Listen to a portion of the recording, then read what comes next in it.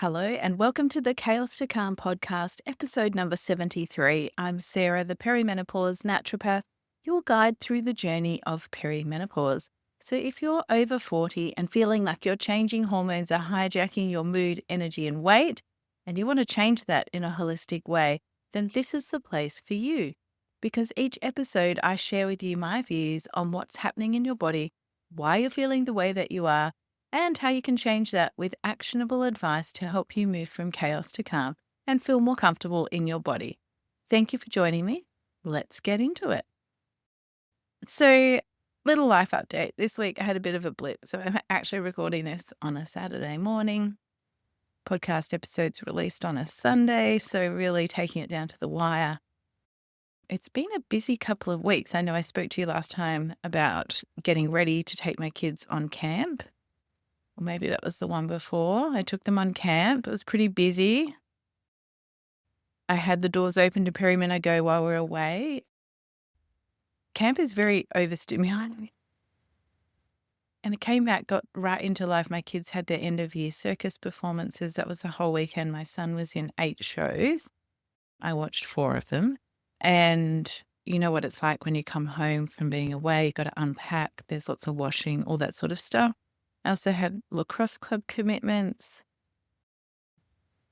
Getting back into work on Monday felt really difficult. I was tired and I was reminded that it's really important to schedule downtime for yourself, because that's really all I felt like doing on Monday was just flobbing about and having some downtime.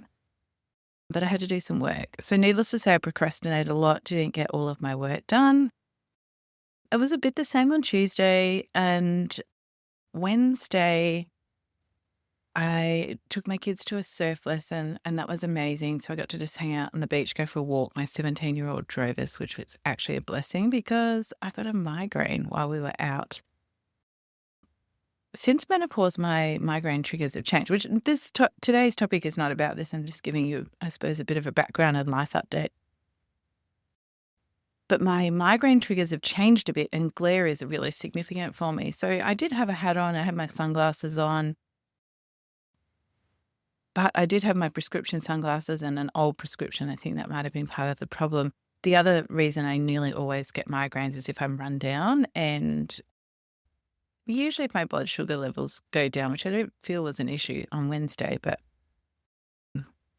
yeah, I got a migraine. And fortunately, as I said, my 17-year-old was there to drive us home, so I didn't have to do that. And because we're near family, my dad could pick up my kids from circus, so I could just sleep it off a bit. But it didn't actually sleep off like it normally does. So I still had the headache on Thursday. Friday, it finally went away.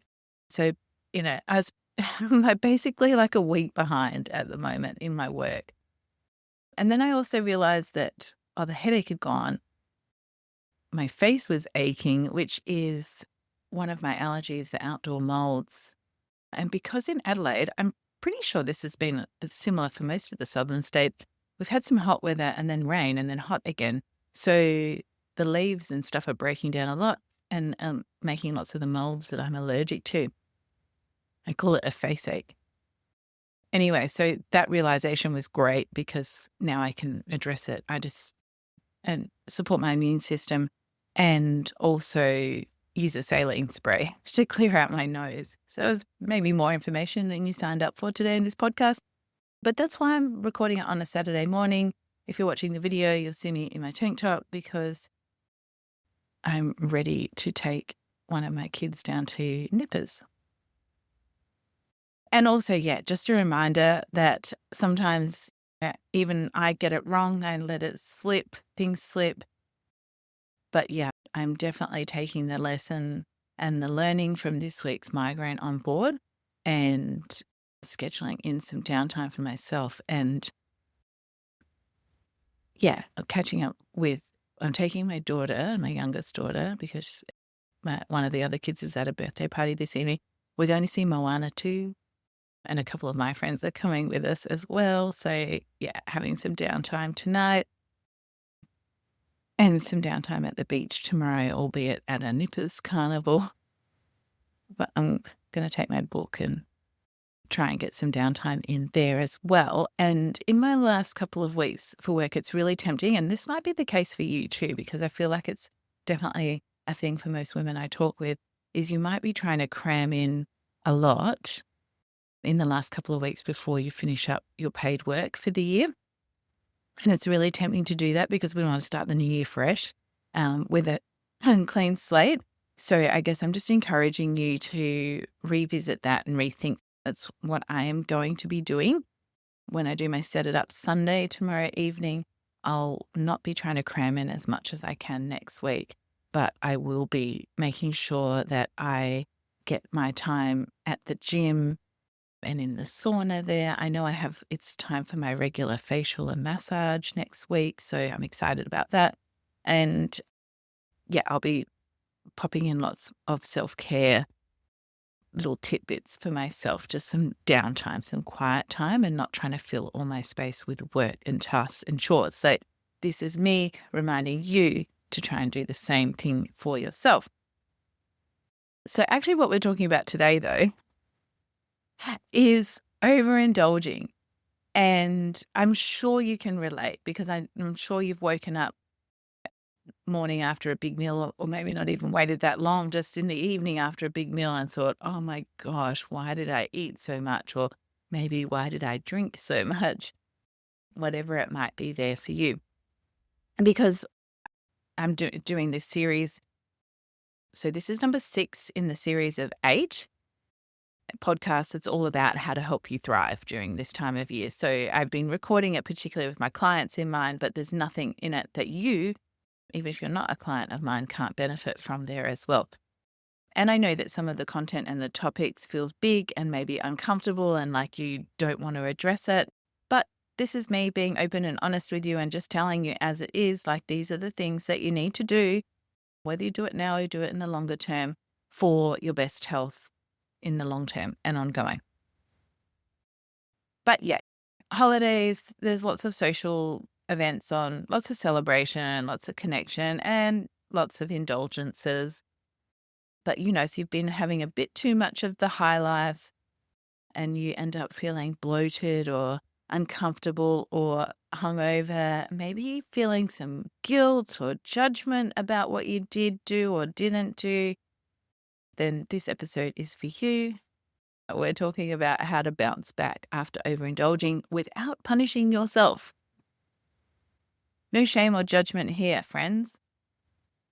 Because, yeah, like I said, we've all been there. I've been there. You've been there. Sometimes, lots of times. Not so much these days. I'm pleased to say I don't find I think the thing these days too, if I have too many drinks, maybe this is the same for you, I still wake up at the same time at like 6:30. So if I go to bed late and have had too many drinks on top of that, I just end up feeling terrible. And honestly, I don't generally have time for it as well. So I usually stick with just a couple of drinks because it's not worth, I just don't have time to feel so crappy the next day. And that tends to keep me motivated on track. But, sometimes things happen and the party boots get on and off we go. So, yeah, maybe that's you. You feel sluggish. You're like, we vow to be good. I'll never do this again. But also, I want you to think about it from this perspective. What if you don't need to make up for anything? What if, there's no shame, there's no turning over a new leaf, no getting back on the wagon, no fixing the mistake? So you don't need to fix anything. You don't need to punish yourself with lots of exercise or get into calorie restriction or skipping meals to make up for it, which is a pattern that I see in a lot of people, not just necessarily women who overindulge. Then the solution is, I'll just restrict and not eat and make up for it that way. So overindulgences happen to everyone. They're not a failure. They don't mean anything about you. You're not a bad person because you've done that. Remembering that food doesn't have a moral value. It's not bad. It's not good. It doesn't make you bad or good depending on what you eat. So just keep that parked in the back of your mind as well. But really what matters most if you have an overindulgence, or it might be, maybe I'm sort of thinking more like hangovers, or when you've really overeaten and you're really uncomfortable. But also applying this to, like, if you've had a little sip, maybe you're eating to a nutrition plan, or you've got a plan in your mind and things you want to do, and you have a slip up and maybe eat dessert, or you have cake, or maybe you have second helpings of cake and you didn't, that wasn't really on your plan. So maybe like a small indulgent, not like hyper indulgence. Really what matters is what you do next and how you approach it next, and how you sort of reset yourself and move forward. And I encourage you to move forward with kindness and intention there as well, not shame and judgment. So, yeah, in this episode, I want to share with you some strategies to help you feel better, like in the short term, if you have overindulged, a bit of a hangover, or you're feeling a bit sluggish, and refocus on nourishing your body and enjoying the rest of the festive season without guilt or obsession. If I think back in 6 years ago, pretty much my whole adult life, it wasn't that so much that I dreaded the holidays, but I always was a bit resigned that I was going to gain weight over the holidays, because I felt really out of control around food. I was really obsessing. I was constantly obsessed over my next meal. My husband used to joke that I was the only person he knew that woke up in the morning thinking about what they were having for dinner. And it was accurate. I'd wake up, I already knew what I was going to have for breakfast, because I'd planned that out beforehand, or I'd thought about that, and then I'd move on to what was going to have for lunch and for dinner. I was always hungry. And if I didn't, like, when I got hungry, if I didn't eat immediately, I would get so hangry. Like, I was mean, and I would snap at everyone because I needed to eat, like, right now. Like, if I said I was hungry, it was kind of too late. I was already hangry.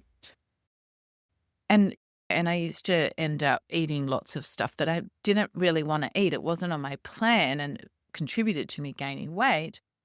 It wasn't like that I had a lack of willpower. It was really more that my hormones and my body were working against me, because my blood biochemistry was out of balance. That's what I know now. What I learned 4 years ago was, yeah, I was insulin resistant, and that left me stuck in a carb burning cycle. So I couldn't access my fat stores. And that is the case for a lot of women in perimenopause. A lot of the women that I work with, you get stuck in that carb burning cycle and you can't get out of it. That's why if you do keto or low carb or something like that, you feel awful, because your body's like starving and your brain is like freaking out because it can't access your fat stores. And that was the same for me. My body couldn't access my fat stores. So I would be hungry every couple of hours. I craved carbs, sweets, chocolates, all the things. I was powerless against mince pies and those sorts of things. And the way I was eating as well was also contributing to that too. So I'd get hangry, I'd eat, I'd be fine, and it'd crash again, and I'd be craving the carbs and sweets and stuff, and off I would go. So yeah, that often fueled binge eating, or like feeling really out of control.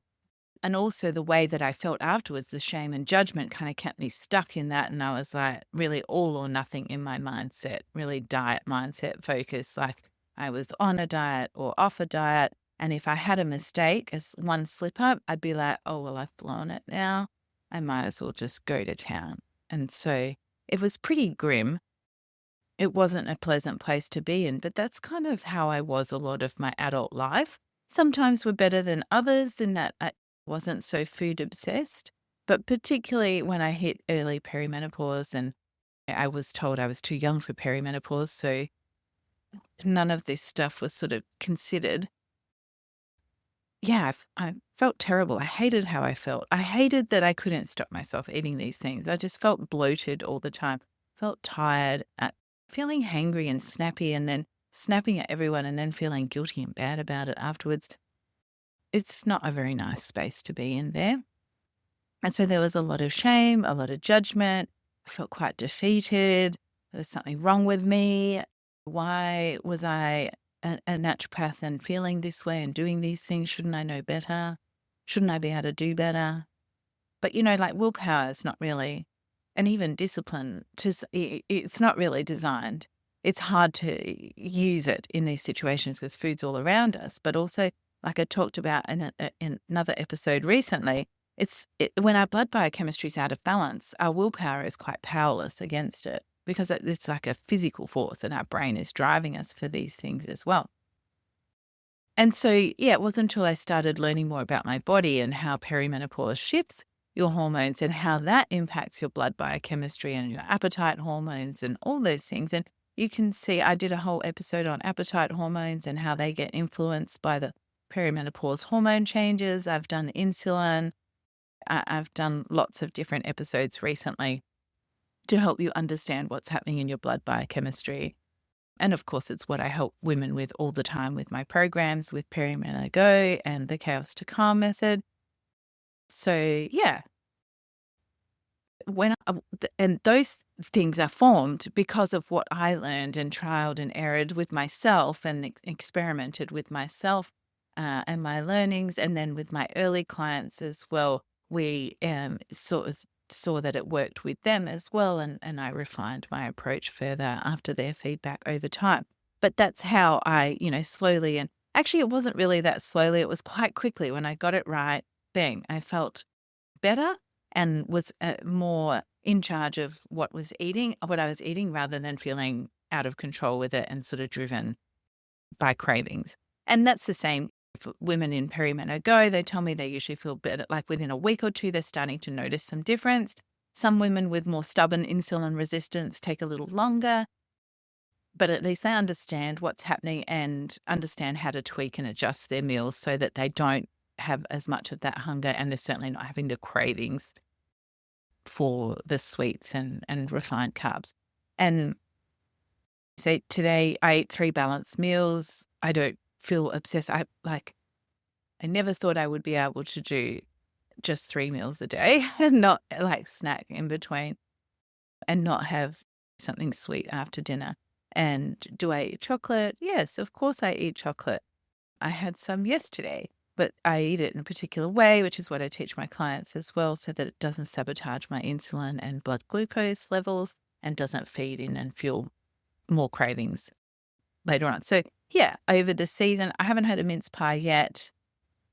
Look, I'll be honest, gluten-free ones generally aren't as great. I'm a celiac, so I don't have the option to not eat a gluten-free one. But I will have one. I will have some for sure. But yeah, I'll have pudding, and we're going to have pavlova on Christmas Day. And I've got lots of treats planned here as well. And I'll have some wine with my dad and things like that too. I'm going to enjoy it all, but it's really on my terms these days. And I guess that's what I'm saying to you. I certainly don't feel obligated either. And so the recent episode on boundaries is really important for you over Christmas. I don't feel obligated to have a drink or eat something because someone else wants to. They can certainly eat that, no problem. No, it doesn't mean anything for me, and me not eating it doesn't need to mean anything for them either. So yeah, a really long intro today. But anyway, hopefully you're getting the idea that I've been where many of you are, definitely stuck in the same cycle. I certainly never feel like I miss out these days.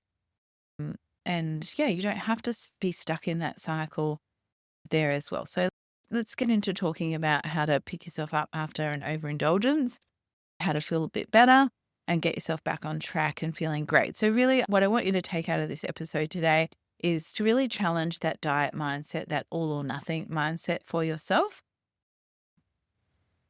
Yeah, it's something that I talk about it a lot with my clients. It actually can impact your whole life in different areas, that all or nothing mindset. I did a festive Thrive guide for my Perimenopause Go clients yesterday, and I talked a lot about that all or nothing and that diet mindset. So just remember that one slip is just one slip. And when we overindulge, it's really easy to slip into a cycle of guilt and self-criticism, that shame, that judgment. And lots of us are conditioned or socialized to think this way, that indulging in food, like bad food or drink or too much of it, is a moral failing, that we're a bad person. And the way that we're taught to fix it as well is with punishment and restriction, more exercise and less food. But like I've said, food isn't moral. It doesn't have a moral value. What you eat doesn't define your worth or who you are as a person. Yeah, indulgences are just moments. They're not failures or overindulgences, really. So instead of guilt and shame don't help. They just keep you stuck. They're really indulgent emotions and they drain your energy and can contribute to buffering behaviors like emotional eating or emotional drinking, which I covered a couple of episodes ago as well. So we don't like to feel those feelings and we want to avoid feeling bad. And that's where those emotional eating and drinking can pop up there as well. So feeling that shame and judgment alongside that all or nothing mindset, oh, well, I've blown it now, so I might as well go to town. Then you can really get stuck in that cycle of hyperindulgence and overindulgence. So a little analogy, if you like, if you think of guilt as quicksand, the more you struggle in it, the deeper that you sink. So the more you try and struggle against it, and this is the same with all of these sort of negative emotions that we have, the more you struggle against it, the deeper you're going to sink and you're going to be stuck. The way out really is to pause, take a breath, and look for the solid ground and gently move yourself out.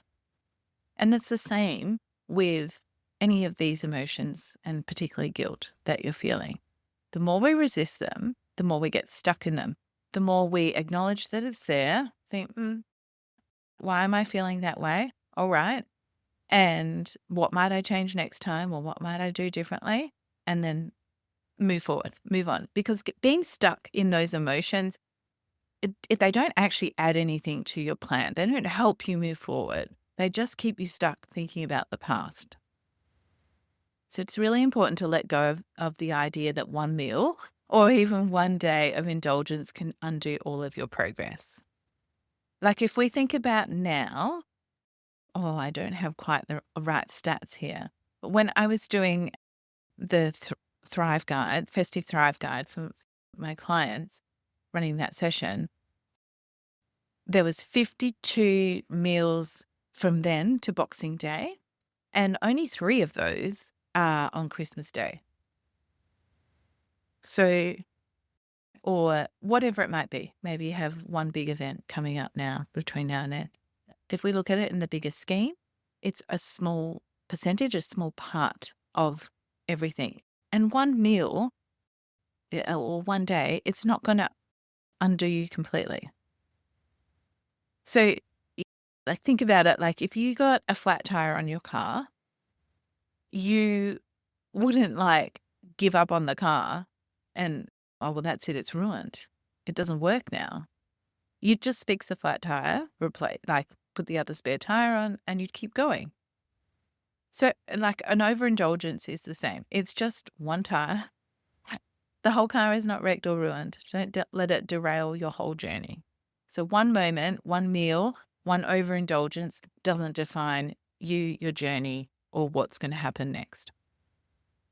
So think about the last time that you overindulged. Maybe it was a second helping of trifle or a plate of nibbles at a party when you maybe weren't hungry, or too many champagnes at the same party as well. Like we've all been there, honestly. But how did it make you feel? Physically, emotionally, particularly emotionally. And how long did you carry those feelings with you? How long did you think about it and feel guilty or feel some shame about it? So let's talk about how you move forward. It starts by really letting go of the guilt and focusing on what's next. And tuning into your body. What does your body need? What does it want from you? So first step is really simple. You need to hydrate, particularly if it's an overindulgence in alcohol, but even sugary things or salty snacks. Really, this is a great basic to carry you right through the festive season and every day of life is to make sure that you're hydrated. Because otherwise, feeling dehydrated feels you fatigued, foggy in the head, and also it keeps waste in your body. So when we go to the toilet and do a wee, we're able to eliminate the byproducts or waste products from what we've eaten and drunk. And water helps support our lymphatic system too, which is our waste system, like our sewage system of our body. And it helps bring the waste from the cells up from legs, arms, and everything to our liver and kidneys for their working on. So as an example, I'd like you to drink 35 mils of water per kilogram of body weight daily. So for a 70-kilo woman, that would be 2.45 liters, 2.5 liters. Spread it out through the day. Drink the lion's share in the morning, early afternoon, so you don't have to get up and go to the toilet all night. And maybe add a squeeze of lemon to it to help support your liver function and for the little bit of sugar and vitamin C and the other beneficial nutrients in that as well. Or maybe think of some herbal teas, like I love peppermint, ginger, fennel, chamomile, or some mix of those. They will really help soothe bloating. If you're bloated after a meal or you feel really overfull, chamomile, peppermint, ginger, fennel, all lovely for that.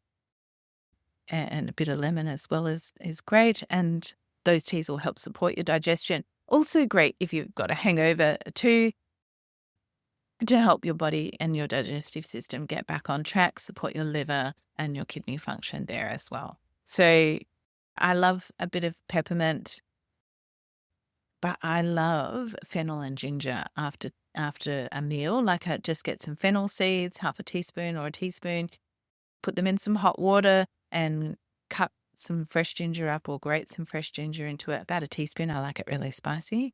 And let it sit for 5 or 10 minutes and then drink it, and I'll often refill it and go again. Yeah, so you don't have to buy herbal teas. You can definitely make them with your kitchen ingredients as well. Fennel and ginger, as I said, is my favorite. Beautiful herbs there as well.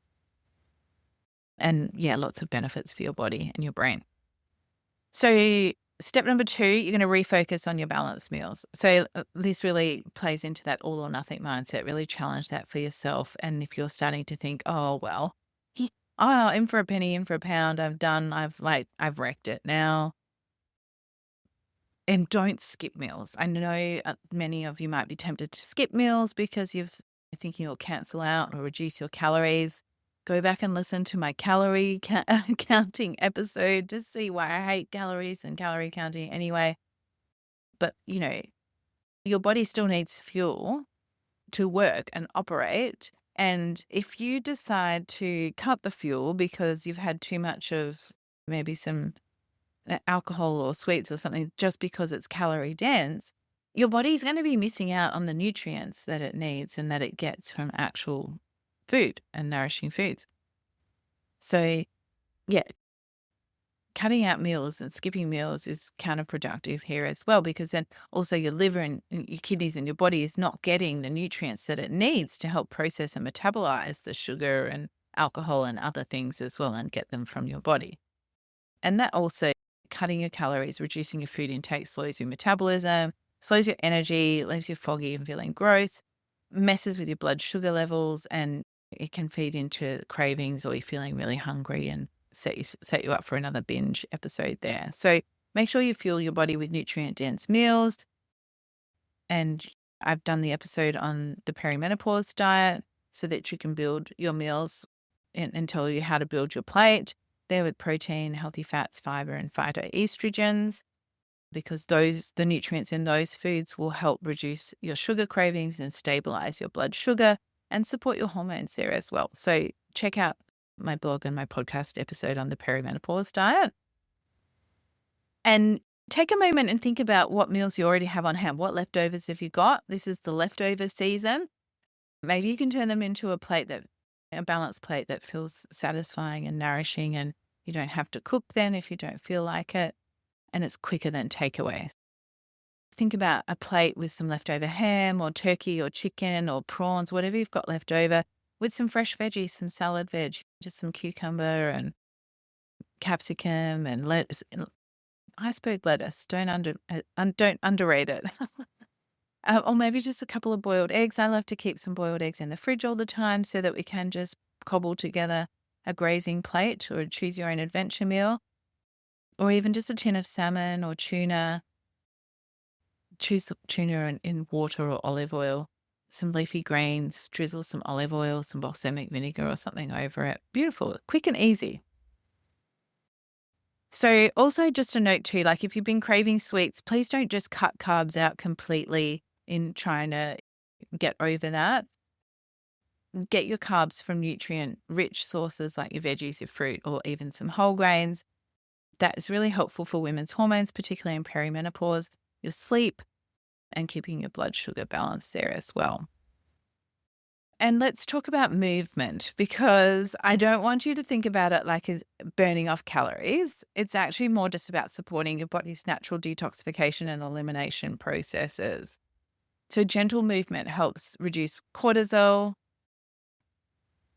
and boosts your mood, activates helps your lymphatic system, your waste removal system, because your lymphatic system doesn't have its own pump. So it relies on you moving to circulate and do its job effectively. So if you are feeling a bit blurg post-indulgence, then just a gentle, light walk, especially if you're feeling low in energy, it will actually boost that for you. Or just do some light stretching. There's lots of yoga poses, like there's yoga with Adrienne or many others as well, to help you with some light or yin yoga there as well. And if you're doing a walk and you're outside, you're going to get some fresh air as well and maybe some safe sun exposure. But it's not about creating a calorie deficit. Let's just be really clear on that. It's about helping your body process and eliminate what it doesn't need. All right. So reflection is really important. Overindulgence is a learning opportunity. As long as you approach it with curiosity rather than criticism, it's really important, because reflection allows you to understand your patterns and triggers so you can be aware of them, and also plan if you want to make different choices next time, or plan the rest of your week and days around what you know is going to eventuate there as well. So I think it's really important to ask yourself, what triggered the indulgence? How did you feel beforehand, during, after?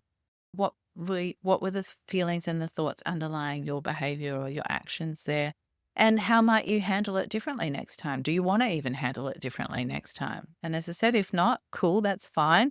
But you might want to make sure that you are prepped and ready for that and how you're going to feel afterwards. And that might influence what you plan to eat before the meals leading up to it and afterwards as well. And I always think reflection and reviewing how you're feeling emotionally and physically, and what your body needs or what symptoms you're noticing, and interpreting those and what your body needs from you, really helps you get your health and maintain it in the long term as well. And that's what I tell all my clients as well. People that have great health, not just now, but long term, are always ones that stay connected and in tune with their body and reflect on what's happening there. So, like when someone offers you a glass of wine or another slice of cake and you feel a bit torn between, I don't really want it, no, it's going to make me feel not great, but then you've got those feelings of how they're going to feel, or maybe you do want it a bit. That's where planning and reflection really shine. And even planning or visualizing what you're going to say in those instances. So go back again to the boundaries episode. That's really helpful to help you practice and understand your human brain and everyone else's human brain as well.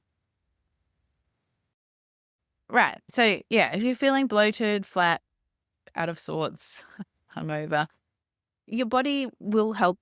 Your body knows what to do. It knows how to detox and eliminate every day of its life. But if you can give it the right support and what it needs, it'll help you feel better more quickly. So hydration, hydration, hydration, nourishing your body with your meals and the nutrient-rich food, some gentle movement to help your body get rid of the waste, and soothing your gut with those teas that I mentioned, and really challenge that all or nothing mindset. One indulgence, one overindulgence doesn't mean you have to give up entirely. You don't have to abandon the car by the side of the road. What matters is how you respond. Give your body what it needs. You'll feel better faster. You'll get your sense of balance back, and just get back onto your plan. If you have a plan of how you're eating, or you're using a nutrition plan, just get back onto the next meal. Because in life, and in including eating and looking after your health, it isn't about perfection or making up for anything. I mentioned at the start of this episode that I have made mistakes in the recent weeks, and my body let me know with a whopping migraine. And so I've taken the message on board, thanks body, and I will I've tuned into what it needs, and I'm going to make choices that help better support it so I don't get another migraine, because nobody got time for migraines. They're terrible. And that's what I encourage for you. Tune into your body's needs and make choices that support how you want to feel, because you can actually enjoy the holidays and enjoy the foods and drinks around it and still feel great. Absolutely, 100%. And part of that is letting go of guilt and focusing on what serves you best. And when I say guilt, not just guilt and judgment of yourself, but guilt about being responsible for other people's emotions. Talked about that a lot in the last 6 episodes. But it's true. It's a big thing for women.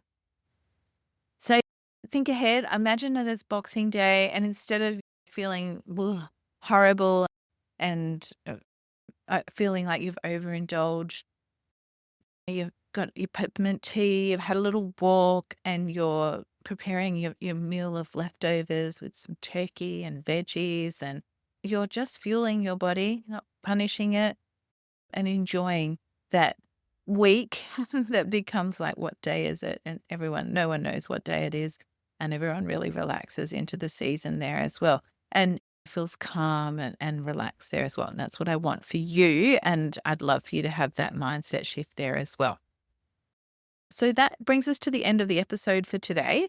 And you can find the link to learn more about Perimeno Go, and there's other episodes and resources I mentioned today in the show notes at www.chaos2calmpodcast.com, or just check the show notes for wherever you are right now, wherever you're listening from. While you're there, if you're in the show notes, if you enjoyed this episode and found it useful, please subscribe and leave a review. And share it with a friend who could use some help to go from chaos to calm this holiday season. Next week, we're going to be exploring the power of sleep and how to catch up on rest in the busy festive season. Thank you so much for spending your time with me today. Until next time, keep transforming your perimenopause from chaos to calm.